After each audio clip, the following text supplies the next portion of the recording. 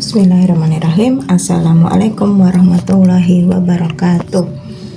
Oke, kita bertemu lagi ya. Kita bahas lagi. Ini yang terakhir ya di kelas 8. Nanti ini kita bahas tentang persiapan progression test. Misaras nggak jamin ini bakal keluar semua, tapi ini sudah Misaras ambil dari progression grid atau kisi-kisinya sama nyomot-nyomot soal progression tahun-tahun sebelumnya gitu. Insya Allah intinya sama ya. Nanti materinya itu semuanya dari unit 1 sampai unit 16. Jadi semua buku itu kepakai gitu. Oke, langsung aja ya.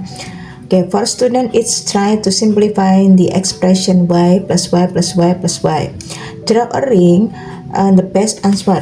Oke, sebenarnya yang Ana, Eca sama Alivia itu benar semua ya, tapi yang paling bagus itu adalah yang Alivia ini ya, yang best answer gitu, yang Alivia, karena ingat penulisan aljabar itu koefisiennya dulu baru variabelnya gitu. Jadi sebenarnya Y4 ini juga bisa, Y kali 4 juga bisa gitu.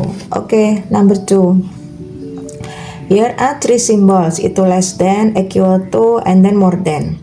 Write the correct symbol to complete each statement. Nah, seperti ini sebenarnya bisa 0,45 dijadiin pecahan biasa dulu boleh.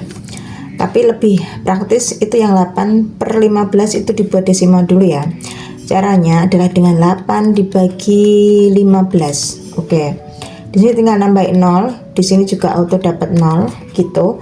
80 bagi 15 itu ketemu 5. Dah cukup. Sebenarnya ini 5, sekian ya. Masih 0,5 sekian. Tapi ini cukup di 0,5 saja. Nah, dilihat kalau untuk membandingkan seperti ini kita lihat setelah koma. Di sana 45, di sini 0,5. Oke, berarti besar yang kanan. Gitu. Lihat ya, yang kanan itu dicaplok atau dimakan. Kemudian yang ini. Nah, kalau 20 itu dia bisa dibawa ke 100. Nah, karena 20 ke 100 itu dikali 5, berarti atas juga harus dikali 5. 13 kali 5 itu hasilnya adalah 65. Jadi ada 0,65. Jadi ini equal to atau sama dengan. Gitu, clear ya. And then for number 3, work out the area of parallelogram. Ingat, area of parallelogram itu only area is base times height. Jadi nggak dikali setengah ya, ingat nggak dikali setengah, jadi cuma B kali H saja. Oke, itu 5 berarti 15 dia dikali 4,2. Silahkan kalikan dulu 15 kali 42, hasilnya 630 ya. Itu terus kemudian tinggal di koma paling belakang aja, jadinya adalah 63. Dah, seperti itu. Kemudian untuk nomor 4, here are some values. Ini ada beberapa nilai ya, ada square root, ada cube root. Write the value in order of size starting with the smallest. Jadi yang paling diurutkan nanti dari yang paling kecil. Oke. Akar 36 itu 6. Oke. 2 pangkat 3 itu 8. Kemudian 4,5 ini tetap. Akar 3 dari 64 itu 4. Kemudian akar 3 dari 125 itu adalah 5. Itu harus dihafalkan ya. Untuk akar 3 itu, akar 3 sama akar kuadrat itu paling nggak sampai 10 harus dihafalkan. Nah, sekarang kita urutkan. Ingat, untuk mengurutkan itu kembalikan ke nilai awalnya ya. Itu 4. Berarti dia akar 3 dari 64. Kemudian ini 4,5. Kemudian ini akar 3 dari 125. Kemudian itu akar 36 dan yang terbesar adalah 2 pangkat 3. Oke, selesai. Kemudian untuk nomor 5. Untuk nomor 5, the diagram show triangle X, Y, Z. W, X, Y is a straight line. Nah, gitu. Ini ada dua cara ya. Nanti kalian bisa ingat sudut dalam segitiga itu 180 derajat. Oke, 180 derajat. Kalian bisa cari yang di sini dulu boleh. Baru yang tak titik itu ditambah 45. Kemudian nanti 180 tinggal dikurangkan jumlah dua sudut tadi ya. Nanti ketemu di sini karena yang ditanyakan ini X, Y, Z. Oke, nah, tapi itu ada satu sudut luar. eksternal angle ya. Nah itu berarti sebenarnya X, Y, Z itu berarti tinggal 115. Jadi sudut luar dikurangi sudut dalamnya. Dah gitu. 115 kurangi 45 itu adalah 70 derajat gitu. Tapi kalau mau pakai cara yang nyari yang tak titik itu dulu boleh, baru nanti dijumlah. Nah 180 dikurangi jumlahnya itu juga boleh. Ketika hitungan kalian benar, nanti hasilnya juga akan benar gitu ya. Oke, sekarang yang nomor 6. Nah ini tentang ratio and proportion ya. Here is a recipe for a lemonade drink made using lemon juice and water. Jadi itu ada resep ya untuk membuat minuman lemon juice. Itu lemon juice-nya diketahui 1 liter, waternya 3 liter, totalnya adalah 4 liter. Jadi untuk resepnya itu pakai perbandingan ya antara lemon sama water, itu berarti sesuai yang diketahui di sini itu adalah 1 dia dibanding 3. Oke, jadi nanti setiap 1 liter lemon juice itu butuh airnya 3 liter. Nah, dilihat Sarah use this recipe to make a lemonade drink containing 1/2 liter of lemon juice. Complete the table. Nah, kayak tadi rumusnya itu adalah 1/3.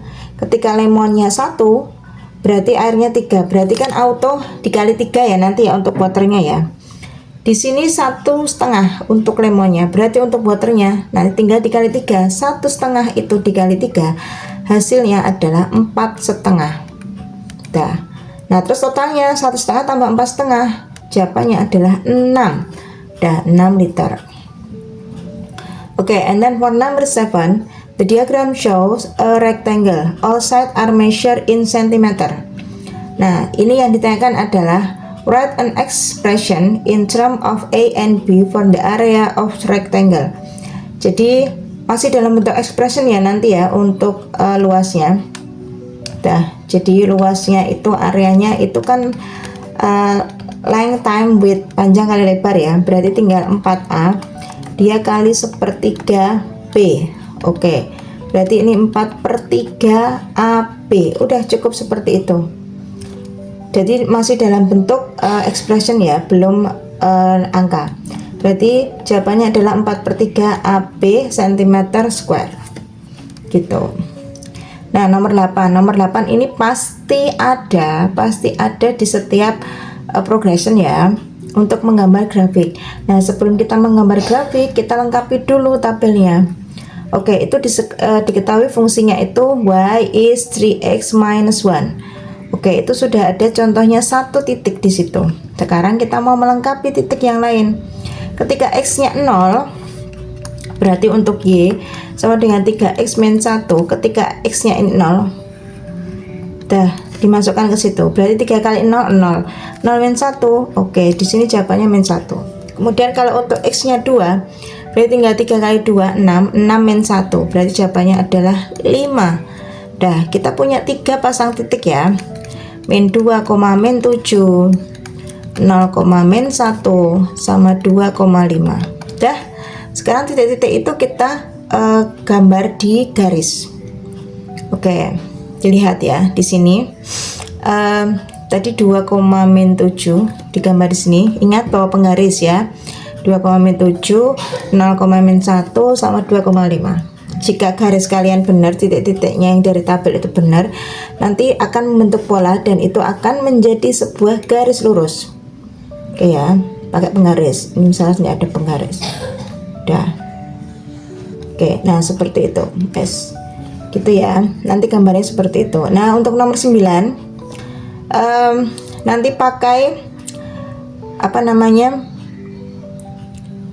jangka ya, ini loh, using a rule and compass. Kalau ada soal seperti ini di progression grid juga ada, caranya juga sudah ada di sana gitu. Jadi nanti pakainya jangka ya, dan coretan jangka kalian itu nggak boleh dihapus gitu. Jadi umpama kira-kira aja ya, umpama kan kayak gini coretannya, ini dari yang sana coretan, ini dari yang sana coretannya. Nah ini dari perpotongan titik-titik, perpotongan dari 2 coretan itu kita hubungkan jadi suatu garis. Nah itulah yang disebut dengan perpendicular bisector. Ini wajib pakai jangka dan pakai penggaris. Kalau tidak pakai jangka dan pakai penggaris untuk ada soal seperti ini, langsung auto salah ya. Dah, kayak gitu. Perpendikular itu apa sih sebenarnya? Itu garis tegak lurus. Perpendikular bisektor itu adalah garis tegak lurus. Jadi di sini membentuk sudut 90 derajat ya. Ingat, wajib pakai jangka dan penggaris, kalau tidak salah, auto salah. Oke ya. Sekarang untuk nomor 10. Oke, work out. Nah, gampang ya. 0,7 kali min 8. Ingat, plus kali min itu hasilnya min. 78 itu 56. Nah, karena tadi di belakang koma 1, berarti dia 5,6. Wes, clear. Sekarang ini komanya 2 dibagi dengan komanya 1, berarti nanti komanya tinggal dikurangi, komanya tinggal 1 aja gitu ya. 0,72 dibagi 9 itu kan 8, karena tadi komanya tinggal 1 berarti 0,8. Sudah kayak gitu. Nah, untuk nomor 11 ini juga wajib pakai penggaris dan pakai busur setengah lingkaran itu ya. Nanti dibuat dengan patokannya yang utara. Dibiasakan nanti dia searah jarum jam ya untuk yang seperti ini. Ini disuruh buat sudut 85 derajat. Nah, dari titik P. Nah, 85 derajat itu kan kira-kira mendekati 90 ya, tapi nanti wajib diukur pakai busur itu ya, setengah lingkaran. Kalau cuma ngasal tok, auto salah. Wes gitu. Nah, kira-kira di sini. Wes, nanti pakai busur sama penggaris. Ini 85 derajat gitu ya. Terus kemudian untuk yang B, measure the bearing of X from Y. Nah, kalau tadi gambar pakai busur, nah sekarang ngukur, garisnya sudah ada, kita ngukur ya. X from Y, Y-nya di sini. Ingat, selalu arahnya dari utara ya. Nah, jadi yang diukur yang di sini. Oke, kalau kamu mau ngukur dulu yang di sininya boleh. Yang di sininya boleh, tinggal nanti 360 dikurangi X-nya itu, nggak masalah. Ini kira-kira jawabannya itu 235 derajat. Yes, diukur pakai busur setengah lingkaran itu ya. Oke, sekarang nomor 12. Kita nanti potong-potong per 15 menit ya, biar nggak terlalu lama. The diagram show two quadrilateral C and D drawn on a grid. Itu ada quadrilateral C sama D. Oke ya. Reflect quadrilateral C into the line Y is -1. Kita lihat itu Y-nya sama dengan min 1. Ingat, itu Y sama dengan, berarti kita cari titiknya yang di sumbu Y. Lihat di situ Y sama dengan min 1. Berarti kita lingkari dulu garis Y sama dengan min 1 di sini. Oke. Kalau nanti Y sama dengan min 3, kita lingkari yang min 3. Habis itu kita buat garis lurus ke kanan. Itu nantilah yang akan jadi cerminnya. Dah, mau cukup sini aja boleh, karena nanti yang dicerminkan yang C ya, D nggak dicerminkan. Yang dicerminkan hanya C aja. Wes, sampai situ boleh, atau mau teruskan sampai sana nggak masalah. Yuk, sekarang kita mau cari bayangannya. Karena itu bendanya di atas, auto mesti bayangannya kan di bawah. Oke ya, sekarang kita cari ini di sini jaraknya adalah 2 kotak. Berarti ke bawahnya juga 2 kotak. Di sini. Oke. Ini juga sama. Ini jarak titik ini ke cermin itu 3. Berarti di sini nanti juga 3. Sudah. Yang ini berarti di sini, yang ini di sini. Sudah, kita garis. Nah, itulah yang disebut untuk menjawab yang A ya, bayangannya setelah dia direfleksikan atau dicerminkan. Wajib pakai penggaris ya, ingat. Pokoknya kalau nggak pakai penggaris auto salah. Dah, itu C aksennya. Oke, sekarang kita ke yang B. Write down the equation of the mirror line that reflect quadrilateral C onto quadrilateral D.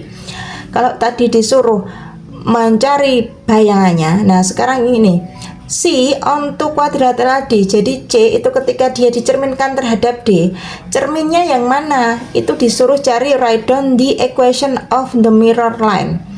Dilihat dari C ke D, itu kan dia cerminnya di sini ya.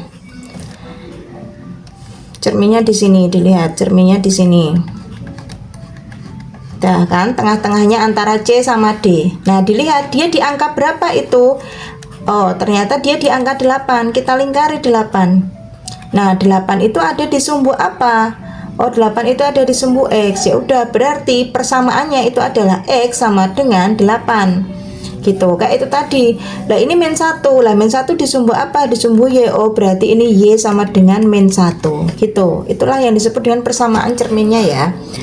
Ya udah, berarti jawabannya adalah X sama dengan 8. Oke.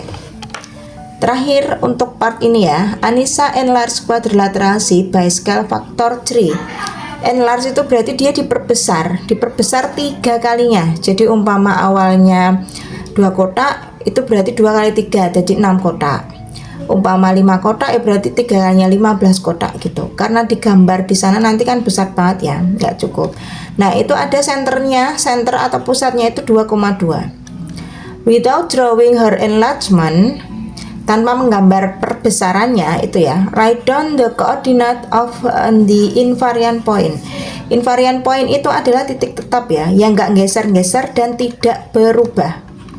Titik tetap. Nah, sudah di kelas ya, Miss Saras contohkan.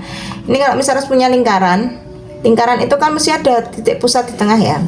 Kalau Miss Saras besarkan lagi lingkarannya, pusatnya akan tetap sama di situ. Misalnya besarkan lagi, pusatnya juga tetap nggak geser-geser dan nggak pindah. Atau mungkin misalnya kecilkan di tengah sini, dah pusatnya juga nggak pindah. Nah, untuk invariant point itu artinya berarti invariant point itu adalah senternya itu sendiri atau pusatnya itu sendiri. Gitu. Jadi kalau center di situ diketahui 2,2, berarti invariant pointnya itu ya pusatnya itu sendiri 2,2. Jadi kalau nanti diketahui senternya itu 5,1, ya berarti invariant pointnya itu 5,1. Gitu ya. Cukup untuk part ini dulu. Nanti lanjut part 2. Terima kasih, selamat belajar, semoga dimudahkan. Terima kasih. Assalamualaikum warahmatullahi wabarakatuh.